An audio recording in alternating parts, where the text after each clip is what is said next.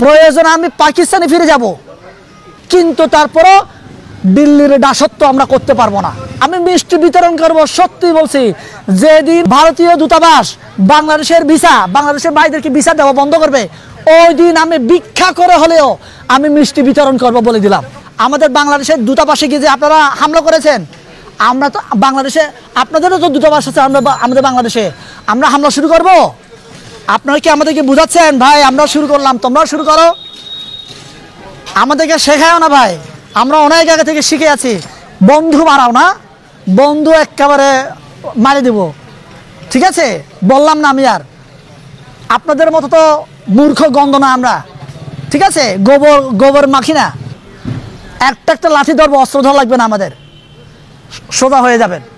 আমাদের বাংলাদেশের চারপাশে ভারত, ভারত যদি বলে আমরা তাদের পেটের ভিতরে আছি, তাহলে খুব ভালো কথা বলছেন, ধরতে পেরেছেন আমরা কোথায় আছি। আপনার পেটের মধ্যে আমি আছি, তাহলে আপনার পেটে যখন লাঠি মারা শুরু করব, আমি পেট চিরে যখন আমি বের হব, তখন চিন্তা করেন আপনার পেটের ব্যথা হবে কি কমবে? পেটের ব্যথা বাড়াবো আমি। আপনি যদি প্রসব বেদনায় কাঁপতে মানে ব্যথা পেতে না চান, তাহলে আমাকে আপনি সেফ জোনে রাখেন। আপনি আমাকে যত সেফ রাখবেন, তত আপনি নিরাপদে থাকবেন।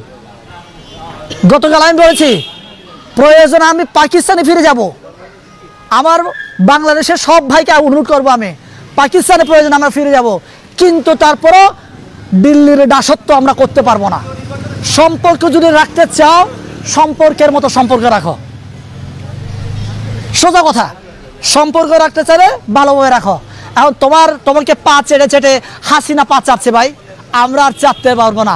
আমরা 2024-এর প্রজন্ম, জেন জেড প্রজন্ম আমরা, ঠিক আছে? আমরা পা চাটার প্রজন্ম না। আমি তীব্র নিন্দা জানাচ্ছি। আমার বাংলাদেশের পতাকা তোমরা পুরাও, তোমাদের দেশের পতাকা তো আমরা পুরাইনি ভাই। আমার দেশের পতাকা পুরানোর অধিকার কে দিয়েছে তোমাকে? বন্ধু মারাও না, বন্ধু একেবারে মারি দেব, ঠিক আছে? বললাম না আমি আর আপনাদের মতো তো মূর্খ গন্ধ না আমরা, ঠিক আছে? গোবর মাখি না, যেটা কিনা মুখে খারাপ কথা বলবো, সোজা কথা বললাম, শেষ করে দিব কিন্তু। এই জন্য সাবধান হয়ে যান। অস্ত্র প্রশিক্ষণ আছে আমাদের, কিন্তু আমরা প্রশিক্ষণ তো এখন দিব না, দেখাবো না। যখন লাগবে তখনই আমরা আমাদের প্রশিক্ষণগুলা, আমাদের ট্রেনিংগুলো আপনাদেরকে দেখাবো আমরা কতটা ট্রেন প্রাপ্ত। আপনি জঙ্গিদের ট্রেনিং বলেন, মানে দেশের জন্য বলেন, আমরা কিন্তু ট্রেনিং নেওয়া। একটা লাঠি ধরবো, অস্ত্র ধরা লাগবে না, আমাদের সোজা হয়ে যাবেন। শুভেন্দুর মতো লোকরা, এই যে থার্ড ক্লাস লোকেরা আমাদের বাংলাদেশ নিয়ে কথা বলার সুযোগ পায় কিভাবে? আমরা কি ভিখারি নাকি? আমরা কি ভিক্ষুক নাকি? ওরা বলে আমাদেরকে পেঁয়াজ দিবে না, রপ্তানি বন্ধ করো, আহ্বান করে। আমার ভারতের ভাইরা, আপনারা ব্যবসায়ী ভাইরা, ডাক্তারের ভাইরা, আমার বাংলাদেশি ভাইদেরকে চিকিৎসা করিও না ভাই। আমি মিষ্টি বিতরণ করব, সত্যি বলছি। যেদিন আপনার ভারতীয় দূতাবাস বাংলাদেশের ভিসা, বাংলাদেশের ভাইদেরকে ভিসা দেওয়া বন্ধ করবে, ওই দিন আমি ভিক্ষা করে হলেও আমি মিষ্টি বিতরণ করব বলে দিলাম। আমি চাই আপনি বন্ধ করেন, আমার বাংলাদেশের অর্থনীতি চাঙ্গা হবে। আমাদের বাংলাদেশে যারা উদ্যোক্তা আছে, ক্ষুদ্র ক্ষুদ্র উদ্যোক্তা, ওরা উপকৃত হবে, এরা উপকৃত হবে। আমরা স্বাবলম্বী হব। আমরা পা চাটা, ওই যে তাবেদারি করা, গোলামি করা থেকে আমরা নিজেদেরকে মুক্ত করতে পারবো। আমাদের মাথায় গোলামি ঢুকে গেছে, এই গোলামি থেকে আমরা বের হতে চাই। আপনারা আমাদেরকে বন্ধ করেন ভাই, যাওয়া বন্ধ করেন। এখন কলকাতার ভাইরাই বলছে আমরা না খেয়ে মরতেছি ভাই, আমাদের ব্যবসা চলতেছে না, আমাদের ব্যবসা চলতেছে না। কেন? এই যে কলকাতার ভাইদেরকে বলছি, আপনারা এদেরকে টারায় পিটান ভাই, কুত্তার মতো করে পিটান, মানুষ সোজা করে ফেলেন। ওদের জন্যই আপনাদের ব্যবসা লাটে যাচ্ছে, আপনাদের ব্যবসা ধ্বংস হয়ে যাচ্ছে। ভারত বাংলাদেশের সম্পর্কে ভালো থাকে, লাভকার আপনাদের, আমাদের না। 24-এর স্বাধীনতার পর স্বপ্ন দেখেছিলাম এই দেশে কোনো রক্তপাত আর হবে না, কিন্তু অত্যন্ত দুঃখের সাথে বলতে হয় তার পুনরাবৃত্তি শুরু করে দিয়েছে ইসকন।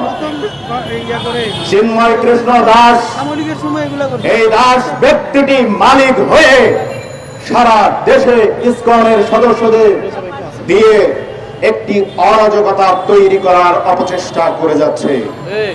বন্ধুগণ, জানতে হবে এই চিন্ময় কৃষ্ণ দাসকে, তার পিছনে মদতদাতা কারা জানতে হবে। আমি আজকে কিছু তথ্য ফাঁস করে দিচ্ছি। এই চিন্ময় কৃষ্ণ দাস হলেন ইসকনের অন্যতম নেতা, যাদের নিয়ন্ত্রণ পার্শ্ববর্তী রাষ্ট্র ভারতের হাতে। আমি আরো স্পষ্ট করছি, বিজেপি নেতা অমিত শাহর হাতে। আবার বলছি, পার্শ্ববর্তী রাষ্ট্র ভারতের বিজেপি নেতা অমিত শাহর হাতে।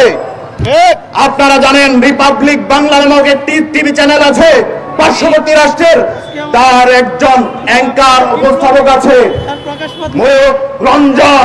চেনেন আপনারা? এই ময়ূক রঞ্জনের সাথে চিন্ময় কৃষ্ণ দাসের মেইল এবং ফোনে যোগাযোগ হতো। আমি আরো স্পষ্ট করছি, ভারতের আদানি গ্রুপের মালিক পরিচালক তার সাথেও এই চিন্ময় কৃষ্ণ দাসের যোগাযোগ রক্ষা করেছে। 5 আগস্টের পর থেকে এই ময়ূক রঞ্জন, অমিত শাহ এবং আদানি গ্রুপের মালিকের সাথে চিন্ময় কৃষ্ণ দাস প্রতি রাতে যোগাযোগ করেছে। আপনারা গোয়েন্দা সংস্থার যারা আছেন, তার ফোন, মেইল সহ বিভিন্ন কিছু অ্যানালাইজ করে দেখেন আমার কথাগুলো সত্য কিনা। তথ্য প্রমাণের ভিত্তিতে কথাগুলো বলছি। শুধু তাই নয়, আওয়ামী লীগের 1 ডজন নেতাকর্মী, শীর্ষস্থানীয় যারা এখন ভারতে বসবাস করছে, তাদের সাথে এই ময়ূক রঞ্জন সহ এবং ভারতে পালিয়ে থাকা আওয়ামী লীগের সকল নেতাকর্মীর সাথে এই চিন্ময় কৃষ্ণ দাস যোগাযোগ করেছে বাংলাদেশের মালিক হওয়ার জন্য। তাই কথা পরিষ্কার, এখানে শুধুমাত্র ইসকনের মাধ্যমেই হচ্ছে না, আওয়ামী প্রেতাত্মাদের বলিষ্ঠ যোগাযোগের মধ্য দিয়ে, তাদের অর্থনৈতিক সুবিধার মধ্য দিয়ে আমার ভাই সাইফুল ইসলাম আলিমকে শহীদ করা হয়েছে। এই দেশকে অস্থির করবার জন্য নীল নকশা ভারতে বসেই শেখ হাসিনা করছে। আমি বলতে চাই এবং আদালতের দৃষ্টি আকর্ষণ করতে চাই, অবিলম্বে শেখ হাসিনা এবং শেখ হাসিনার প্রেতাত্মা যারা আছে তাদেরকে গ্রেফতার করতে হবে। গ্রেফতার করে সর্বোচ্চ শাস্তি, ফাঁসির মঞ্চে তাদেরকে ওপেন ডিক্লেয়ার করতে হবে। না হলে এদেশ থেকে সাম্প্রদায়িকতা ইসকন যেভাবে তৈরি করা শুরু করেছে পার্শ্ববর্তী রাষ্ট্র ভারতের ইন্ধনে, সেটা বন্ধ করা সম্ভব হবে না। এবং অন্তর্বর্তীকালীন সরকারকে বলছি, মিষ্টি মিষ্টি কোনো আলাপচারিতার মধ্য দিয়ে কোনো কিছুর সমাধান হয় না।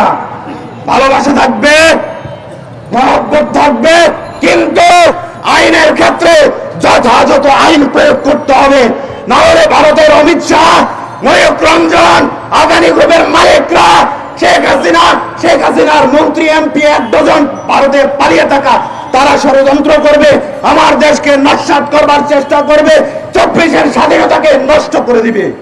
তাই বলছি, গত রাত্রে আমাদের ভাই, আমরা মন চাইলে সমালোচনা করি, তাদের যদি সমালোচনার জায়গা থাকে সেগুলো সমালোচনা করি। হাসনাত সার্গিসদের উপরে এক ধরনের বর্বরচিত হামলার পরিকল্পনা করা হয়েছিল পার্শ্ববর্তী রাষ্ট্র ভারতে বসে, শেখ হাসিনা সেটি করেছিল। তাদেরকে অবিলম্বে গ্রেফতার করে তদন্ত করে আইনের আওতায় আনতে হবে, না হলে দুর্বার আন্দোলনের মধ্য দিয়ে বাধ্য করা হবে ইনশাআল্লাহ।